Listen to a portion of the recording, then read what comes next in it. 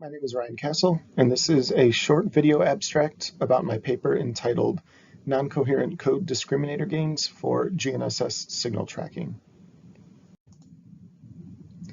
Code discriminators are a core part of GNSS receivers and offer a significant amount of design freedom, but it turns out that many of them take the same form, and that's the form that we analyze in the paper.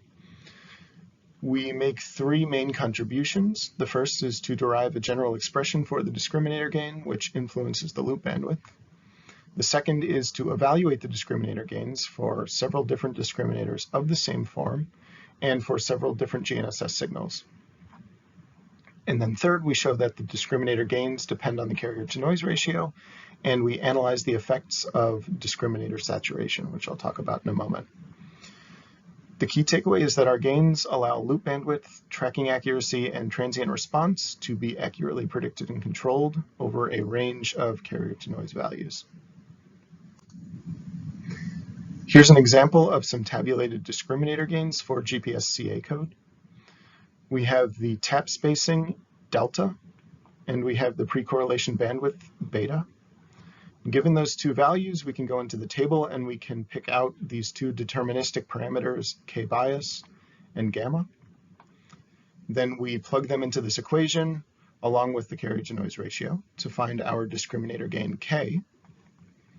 And then we plug that into our discriminator function. So our discriminator output E is a function of the gain k and another function of the correlation outputs x. And the matrices A and B are just describe the form of the discriminator.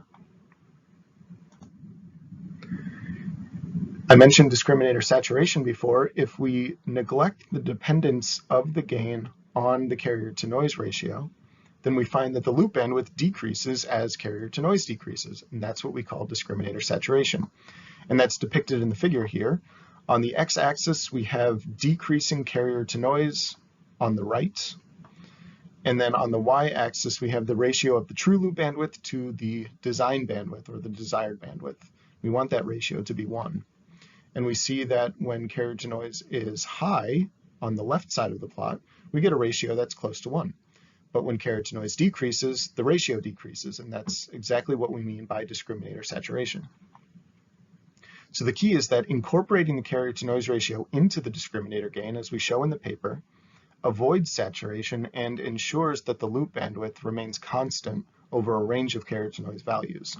And in turn, that ensures that tracking accuracy and transient response can be accurately predicted and controlled. I'd encourage you to read the paper. If you have any questions or comments, you can reach out to me at this email address. Thank you.